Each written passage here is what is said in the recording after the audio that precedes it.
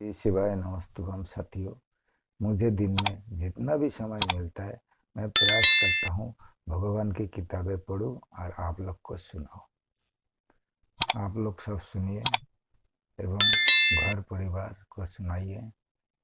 यदि चैनल अच्छा लगे तो चैनल को प्यार दीजिए। अब हम पढ़ेंगे देश काल पात्र दान आदि का विचार। ऋषियों ने कहा समस्त पदार्थों के ज्ञाताओं में श्रेष्ठ सूर्य अब आप परमश देश काल आदि का वर्णन करें। सूर्य बोले महर्षियों, देवयज्ञ आदि कर्मों में अपना शुद्ध गृह समान फल देने वाला होता है, अर्थात अपने घर में किए हुए देवयज्ञ आदि के शास्त्रोक्त फल को सममात्रा में देने वाला होते हैं। गौशाला का स्थान घर की अपेक्षा 10 गुना फल देते हैं।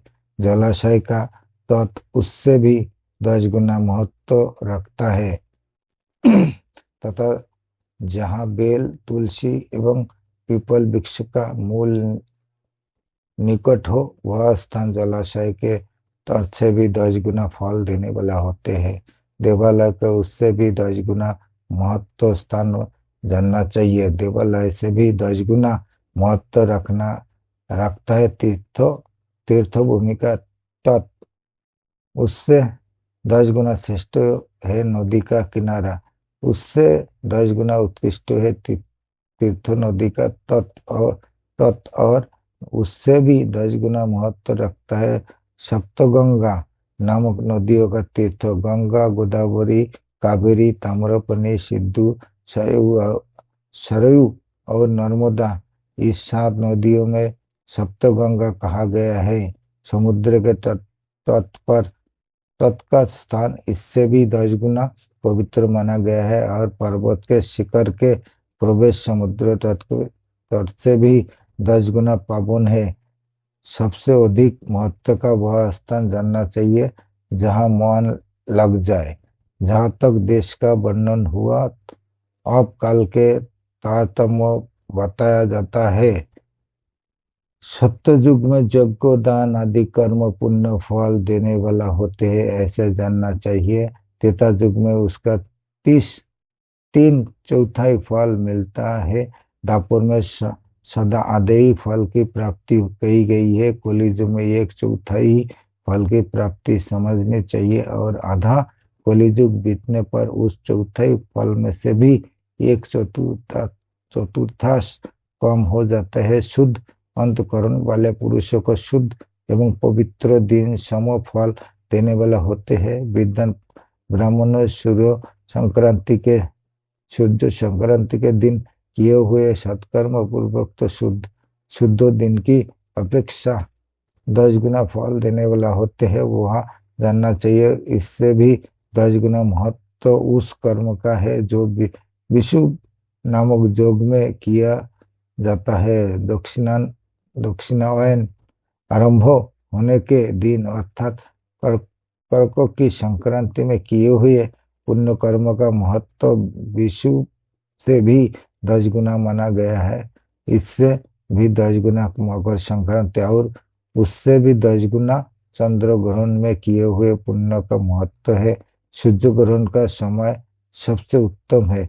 उसमें किए हुए पुण्य कर्म का फल चंद्र ग्रहण से भी अधिक और पुण्य मात्रा में होते हैं। इस बात को बीज पुरुष जानते हैं। जगत रूपी सूर्य का राहु रूपी विषय से संयोग होता है, इसलिए सूर्य ग्रहण का समय रोग प्रदान करने वाला है। अंत इस विषय की शांति के लिए उस समय स्नान दान आदि जप करें। वह काल विश्व की शांति के लिए उपयोगी होने के कारण पुण्यप्रद माना गया है। जन्म नक्षत्र दिन तथा व्रतों की पूर्ति के लिए दिन का समय सूर्य ग्रहण के समान ही समझा जाता है, परंतु महापुरुषों के संग का काल करोड़ों सूर्य ग्रहण के समय पावन है, ऐसा ज्ञानी पुरुष जानते मानते हैं। तपनिष्ठ योगी और ज्ञाननिष्ठ यति ये पूजा के पात्र है, क्योंकि ये पाप के नाश में कारण होते हैं। जिसने 24 लाख गायत्री का जप कर लिया हो वह ब्राह्मण भी पूजा का उत्तम पात्र है। वह संपूर्ण फलों और भोगों को देने में समर्थ है। जो पतन पतन से त्राण करता अर्थात नरक में गिरने से बचाता है, उसके लिए इसी गुण के कारण शास्त्रों में पात्र शब्द का प्रयोग होता है। वह दाता का पातुक से त्राण करने के कारण पात्र कहलाता है।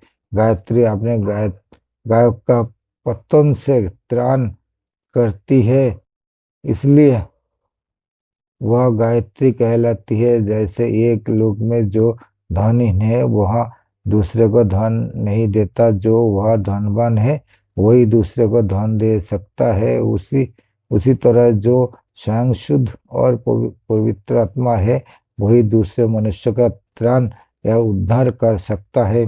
जो गायत्री का जप करके शुद्ध हो गया है वही शुद्ध ब्राह्मण कहलाता है। इसलिए दान, जप, होम और पूजा सभी कर्मों के लिए ही वही शुद्ध पात्र है। ऐसा ब्राह्मण ही दान तथा रक्षा करने की पात्रता रखता है। स्त्री हो या पुरुष जो भी भूखा हो वही अन्नदान का पात्र है। जिसको जिस वस्तु की इच्छा हो उसे वह वस्तु बिना मांगे ही दे दी जाए तो दाता को उस दान का पूरा पूरा फल प्राप्त होता है। ऐसी महर्षियों की मान्यता है कि जो सबल या याचना करने के द्वारा दिया गया हो वह दान आधा ही फल देने वाला बताया गया है। अपने सेवकों को दिए हुए दान 1/4 फल देने वाला होते हैं। विप्रवरों, जो जाति मात्रों से ब्राह्मण है और दीनता पूर्वक व्यक्ति के जीवन बिताता है, उसे दिया हुआ धन का दान दाता को इस भूतल पर 10 वर्ष तक भोग प्रदान करने वाला होते हैं। वही दान यदि देवव्रता ब्राह्मण को दिया जाए तो वह स्वर्गलोक में देवताओं को वर्षों से 10 वर्षों तक दिव्य भोग देने वाला होते हैं। शील और उच्च वृत्ति के लाया हुआ और गुरु दक्षिणा में प्राप्त हुआ धन शुद्ध शुद्ध द्रव्य कहलाता है। उसका दान दाता को पुण्य फल देने वाला बताया गया है। क्षत्रियो का सौंदर्य से कमाया हुआ, वैश्य का व्यापार से आया हुआ और शूद्र को सेवा वृत्ति से प्राप्त किया हुआ धन भी उत्तम द्रव्य कहलाता है। धर्म की इच्छा रखने वाले स्त्रियों को जो धन पिता एवं पति से मिली हुई है उसके लिए वह उत्तम द्रव्य है। गो आदि 12 वस्तुओं का चैत्र आदि 12 महीने में क्रमशः दान करना चाहिए। गो, भूमि, तिल, सुवर्ण, घी, वस्त्र, धन्नो, गुड़, चांदी, नमक, कोड़ा और कन्ना, ये 12 वस्तुएं है।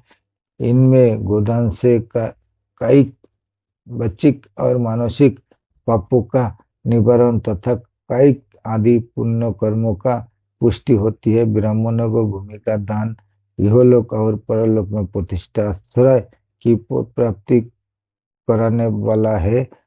तिल का दान बल, बद्धक एवं मृत्यु का निवारण होता है। सुवर्ण का दान जठ अग्नि को बढ़ाने वाला तथा वीर्योदायक है।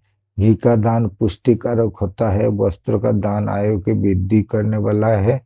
ऐसा जानना चाहिए। धनों का दान अन्नो धन की समृद्धि में कारण होता है। गुड़ का दान मधुर भोजन की प्राप्ति करने वाले होती है। चांदी के दान से वीर्य की वृद्धि होती है।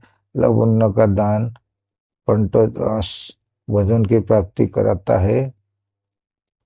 सब प्रकार के दान सारी समृद्धि की सिद्धि के लिए होती है। बीज पुरुष कुमारों के दान को पुष्टिदायक मानते हैं। कन्या का दान आजीवन भोग देने वाला कहा गया है। ब्राह्मण को वह लोग और परलोक भी संपूर्ण भोगों की प्राप्ति करने वाले हैं।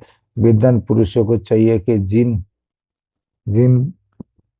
वस्तुओं के श्रवण आदि इंद्रियों की तृप्ति होती है उनका सदा दान करे। स्रोत आदि 10 इंद्रियों को जो शब्द आदि 10 विषय है उनका दान किया जाए तो वे भोग की प्राप्ति कराते हैं तथा दिशा और इंद्रियों देवताओं को संतुष्ट करते हैं। वेद और शास्त्र को गुरु मुख से ग्रहण करके गुरु के उपदेश के अथवा स्वयं ही बोध प्राप्त करने के पश्चात जो बुद्धि का वह निश्चय होता है कि कर्म का फल अवश्य मिलता है, इसी को उच्च कोटि की आस्तिकता कहते हैं। भाई बंधु अथवा राजा के भाई से जो आस्तिकता बुद्धि या श्रद्धा होती है वह कनिष्ठ सैनिक की आस्तिकता है जो सर्वथा दरिद्र है। इसलिए जिसके पास सभी वस्तुओं का अभाव है वह वाणी अथवा कर्म शरीर द्वारा यजन करे मंत्रों स्रोत और जप आदि को वाणी द्वारा किया गया यजन समझना चाहिए तथा तीर्थ यात्रा और व्रत आदि को विद्वान पुरुष शारीरिक यजन मानते हैं। जिस किसी भी उपाय से थोड़ा थोड़ा हो या बहुत देवता पर बुद्धि से जो कुछ भी दिया अथवा किया जाए वह दान या सत्कर्म भोगों की प्राप्ति करने में समर्थ होता है। तपस्या और दान ये दो कर्म मनुष्य को सदा करना चाहिए तथा ऐसे गृहों का दान करना चाहिए जो अपने वर्ण चमक दमक या सफाई और गुण सुख सुविधा से सुशोभित हो। बुद्धिमान पुरुष देवताओं के तृप्ति के लिए जो कुछ देते हैं वह अतिशय मात्रा में और सब प्रकार से भोग प्रदान करने वाला होता है। उस दान से विद्वान पुरुष इहलोक और परलोक उत्तम जन्म और सदा सुलभ होने वाला भोग पाता है। ईश्वर पदार्थ पर बुद्धि से यज्ञ दान आदि कर्म करके मनुष्य मोक्ष फल का भागी होता है। आज के लिए